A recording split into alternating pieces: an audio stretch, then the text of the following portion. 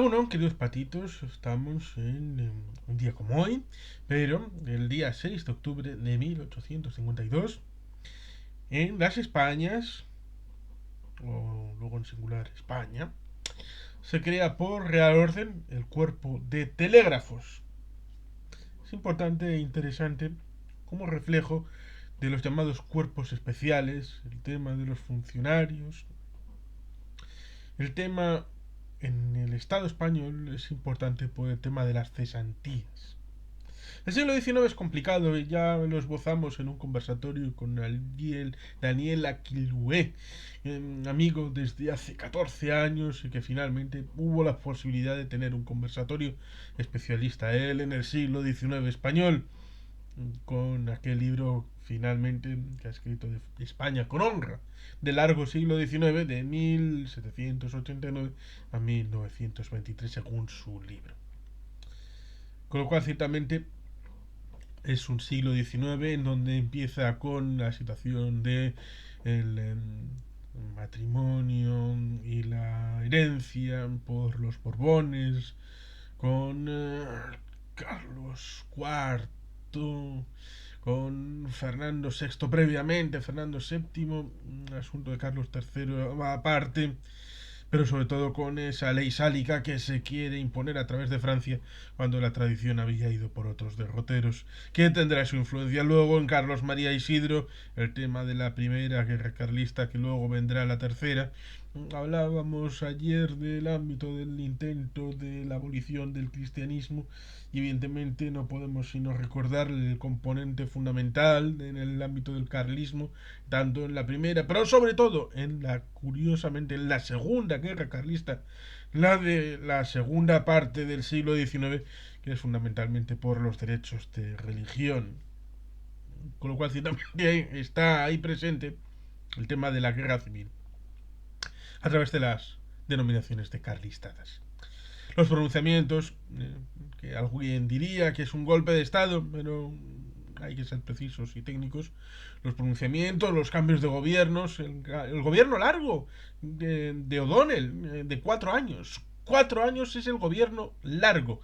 Con lo cual, ciertamente, ahí tenemos un asunto complicado y complejo de un siglo XIX que está lleno de conflictos bélicos, de conflictividades políticas, de ámbitos de la propia monarquía, con Fernando VII no pudiendo tener herederos y finalmente Isabel, que acaba siendo nombrada mayor de edad, siendo una jovencita, en la boda con Francisco de Asís, que llevaba más encajes y enaguas que ella en la boda, a pesar de que ciertamente era mucho más ideológico que ella y las cosas que le decía respecto a que el auténtico rey era Carlos María Isidro, con lo cual ciertamente en el solopote, en el ámbito de la realidad del Estado español, eh, infantas que lideran partidos políticos en 1830 y pico, la situación derivada de todo esto pues va configurando una España compleja,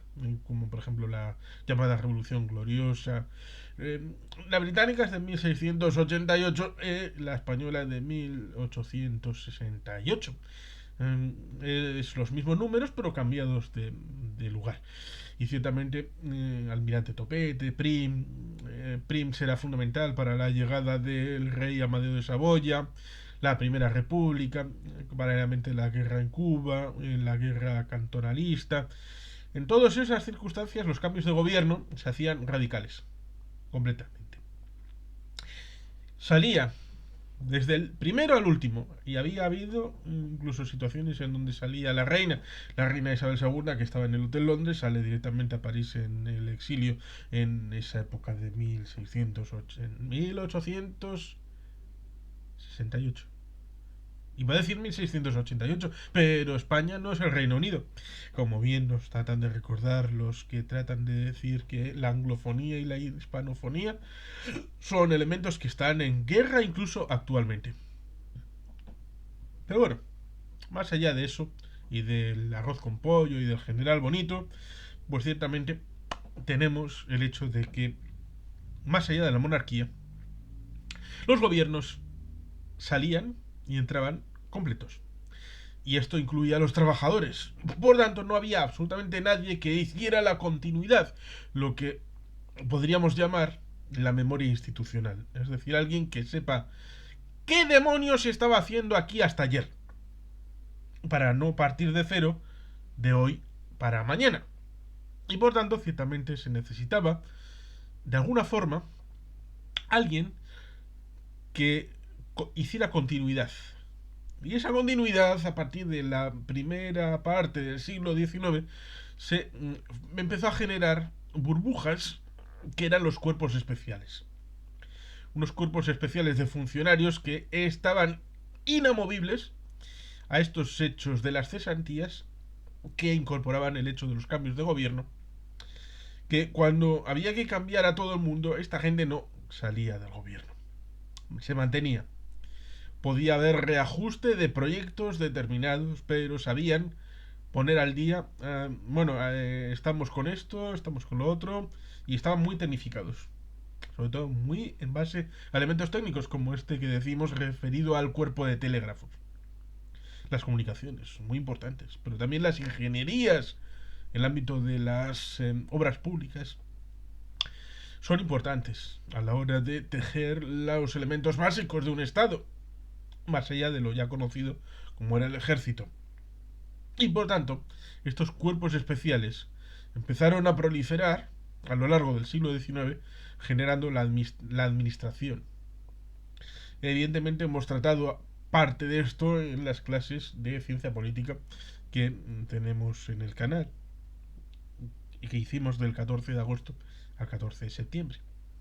Evidentemente es importante porque la ciencia política y de la administración de la que soy licenciado trata también estos temas. Y en el ámbito del Estado español incorpora toda esta rama de las consecuencias de lo que las cesantías producían y las consecuencias que devengan en esta realidad sobrevenida, pero si non è vero è ben trovato, la idea de empezar a generar esos espacios en donde los trabajadores estuvieran fuera del albur de las decisiones partidistas de los nuevos gobiernos, cambiando una situación que se convertía en infierno, en donde nadie sabía nada y todo el mundo quería hacer lo más novedoso que le pasaba por la cabeza, sin tener en cuenta que tal vez uno, dos o tres gobiernos atrás esa idea había estado ya presente y quizá ya había fracasado y por buenas razones no había salido adelante y no había nadie que les pudiera decir espera, que esa idea ya se pensó pero no salió adelante y oye, y respuesta técnicamente es por lo que no salió, porque igual ahora hay una investigación nueva y podemos incorporarlo y actualizar ese borrador. No había nadie. Y por tanto es importante esa memoria para establecer esa vinculación con estos cuerpos especiales que se fueron desplegando a lo largo del siglo XIX, en el caso del Estado español. Problema: que evidentemente lo que es bueno para una época puede ser malo para la siguiente. Y ahí tenemos la situación respecto a Venezuela, porque, como diría Francisco el Papa, no, mejor no hablemos de Francisco porque la continuidad del cristianismo en él resulta paradójica y ya hemos hablado en los últimos días respecto a quién hizo qué y España y la memoria y el relato. Y por lo tanto el relato de los funcionarios tiene bastante que ver con esa situación de Francisco cuando dicen que es católico porque la evangelización de España y por eso es buena y en parte empiezan a salir la patita respecto a la leyenda rosa.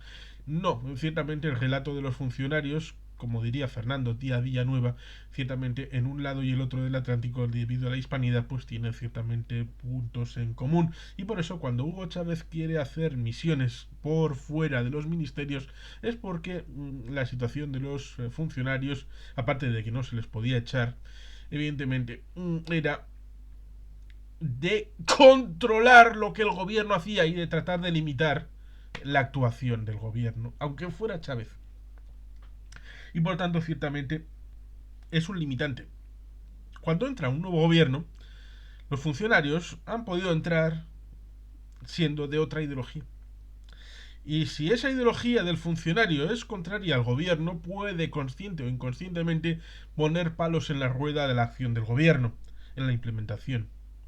Y dentro de esas categorías de funcionarios empezó a haber una aristocracia, sobre todo en Madrid, de altos funcionarios en forma de casta, de una aristocracia funcionarial que sigue estando presente y que es causa de que muchas de las propuestas de diferentes gobiernos que se han ido elaborando en los últimos años y décadas han chocado con esta gente y con negación plausible o con un montón de triquiñuelas que se las conocen al estar toda su vida en el ámbito funcionarial y estar en puestos altos, pues ciertamente en confluencia con eh, los que en ese momento están en la oposición, pero compartiendo ideología, pues evidentemente sirven para tratar de desvirtuar una serie de propuestas políticas.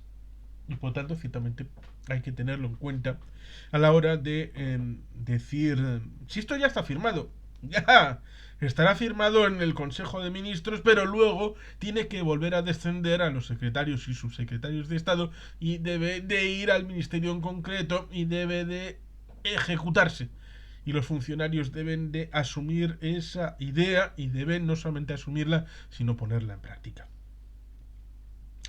Y esa es la dificultad, que esta gente prácticamente haga lo que haga, incluso si no hace nada, es difícil que sea expulsado porque una vez entran en el puesto funcionarial ya están de por vida en el ámbito del funcionariado.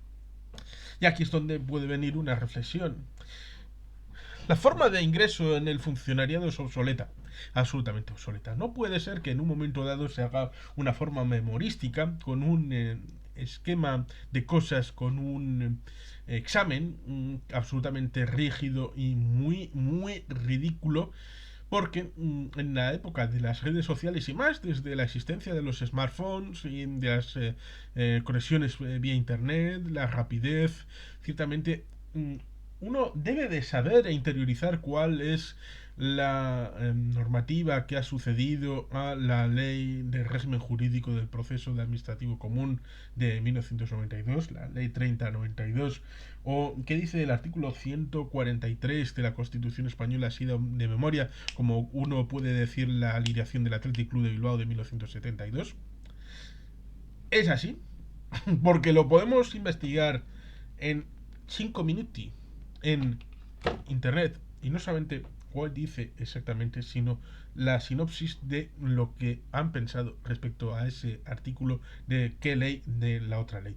Y por lo tanto, ciertamente, la práctica debería de estar mucho más valorada a la hora de incorporar en una fórmula que tendría que ver mucho más con un contrato laboral, más que con un examen funcionarial. Ciertamente hay que poner en disposición el hecho de que todo el mundo tenga igualdad de oportunidades a la hora de ingresar en puestos funcionariales, para evitar arbitrariedades, para evitar gente que luego finalmente acaba teniendo también igualmente esas formas de privilegios. Pero hay que incorporar la productividad al funcionariado. Evidentemente, en 1852 al cuerpo de telégrafos no le podías pedir que hicieran 100.000 telégrafos al año siquiera. O cuántos mensajes se enviaban dentro de ese cuerpo de telégrafos, y que si en A Coruña se enviaban más telegramas que en el ámbito de Alicante, pues entonces a los de Alicante había que depurarlos. No podemos llegar a ese punto, pero sí podemos medir la participación hasta el punto de que, por ejemplo, en Valencia hay una historia de un funcionario que durante 10 años no acudió ni un solo día a su trabajo, y costó abrir un proceso incoado para poder expulsarle del puesto de trabajo. Hasta ese punto está el sistema garantista, y está bien ponerlo de una determinada manera, pero debería de haber salvaguardas respecto a la practicidad de cada uno de los casos. Y evidentemente, no llegar hasta un extremo que un funcionario del Ayuntamiento de Portugalete, que estaba a las 11 en el bar al otro lado del ayuntamiento y recibió una admonición del señor alcalde de Portugalete a este funcionario de a qué demonios estaba haciendo, le respondió el funcionario: me da igual, yo soy funcionario, tú estás 4 años y yo estaré para el resto de mi vida. Con lo cual, ciertamente, esa chulería hay que rebajarla. No con volver al sistema anterior de las cesantías y que todo el mundo pueda ser expulsado y despedido inmediatamente, pero sí con la disponibilidad de despedir a algunos funcionarios siempre que no cumplan con su tarea, siempre que no sean productivos, siempre que no vayan a ejercer lo que les ordena un superior, salvo por causas justificadas, el tema de Turó con el tema de la desobediencia civil, pero dentro de un sistema garantista, pues ciertamente uno puede establecer pautas respecto a la forma de ingreso y la forma de existencia de ese funcionario dentro del marco general. Y necesita una revolución el sistema funcionarial, una auténtica revolución que parece que nadie se va a atrever porque evidentemente, como por ejemplo en Argentina, las elecciones de octubre, que son la primera vuelta, y parece que puede haber una segunda, tal vez, porque no parece que nadie vaya a tener mayoría suficiente. Pero si gana Milei, definitivamente se convierte en presidente de Argentina, cuando ha dicho: voy a bajar el 15% del PIB en 6 meses. Voy a expulsar a 2 millones de funcionarios. Pues ciertamente esos 2 millones de funcionarios con sus familiares van a estar cabreados como una mona a partir del mismo día que les expulsan y pierden su trabajo. Ciertamente uno puede pensar en Estonia. Estonia también expulsó funcionarios, pero los estonios tienen otra mentalidad y el entorno es distinto al de Argentina, mucho más cercano al que pueda uno vivir en el Estado español. Y por tanto, ciertamente, uno podrá ver cómo se hace si Milei gana las elecciones, cómo esa gente se revolverá. Se revolverá y no irá por lo judicial. No, no, no. Irá por lo criminal, seguramente, para defender su puesto de trabajo. Ellos y sus familiares. Por lo tanto, ahí tienes la puerta abierta a una guerra civil. Y por tanto, ciertamente resulta complicado y complejo ponerle el cascabel al gato en esta idea de que la función pública en el siglo XXI, en cualquier punto del mundo occidental, pero también en el Estado español, ciertamente hay que darle una vuelta y pensar ciertamente que funcionarios es no solamente los que están trabajando en, en una oficina, en los administrativos, también son funcionarios los bomberos, los policías, cierta medida los militares también. Y ciertamente hay mucha gama de funcionarios en el Estado español y hay que considerarlos a todos. Pero ciertamente uno puede llegar al pensamiento de que, eh, por un lado, el primer y segundo, yo creo que el primer gasto evidentemente son las pensiones y el segundo gasto son los funcionarios en el ámbito del Estado español. Por eso cuando uno piensa, eh, vamos a recortar en políticos tampoco hay tantos. Y tampoco es un gasto tan amplio. Vamos a quitar grasa de tejido político. No te digo que fuera de las hermanas forales no haya gasto superfluo, toda vez que un amigo a comienzos del siglo XXI me decía que por cada funcionario en una ciudad como Basauri había 4 en Estepona. Y por tanto, ciertamente, por una población similar, era muy raro que en Estepona tuvieran 4 veces la necesidad administrativa que en Basauri, teniendo en principio características similares. Más allá de la ausencia de una playa en Basauri, pero no creo que todos sean socorristas en Estepona. Con lo cual, ciertamente, ahí tenemos un asunto importante para la reflexión. el hecho de cómo cambiar el ingreso y funcionamiento del ámbito funcionarial. Y quizá alguien pudiera decir que podemos quitar las pensiones y expulsar a los funcionarios y crear una especie de ingreso mínimo vital para todos los mayores de 18 años, con la contraprestación de que estén obligados a trabajar en el ámbito público voluntariamente como funcionarios voluntarios reclutados por su conocimiento y con la disposición de poder salir únicamente para trabajar en el ámbito privado, con un mínimo y luego unos incentivos en el trabajo privado que evidentemente generen la posibilidad de trabajar en el ámbito privado, y que si de un determinado número de mensualidades se te requiere el trabajo siendo perceptor de ese ingreso mínimo vital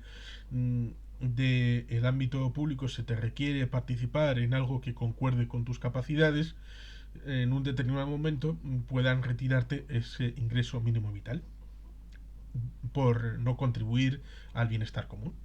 Y así ciertamente nos quitaríamos de un plumazo el ámbito de los funcionarios y ya no habría nadie, que sería de por vida, y el ingreso sería por capacidades. Quizá esta versión es un extremo demasiado radical, pero ciertamente habría que mover el pensamiento de algo que en el Estado español viene de hace 45 años y por tanto ciertamente está obsoleto, hay que actualizarlo.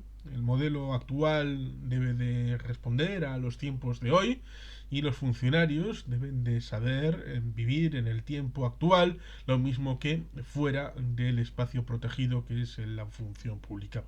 Y por tanto, ciertamente necesitan los empleos privados, los empresarios, los productores, los emprendedores, necesitan empatía del otro lado.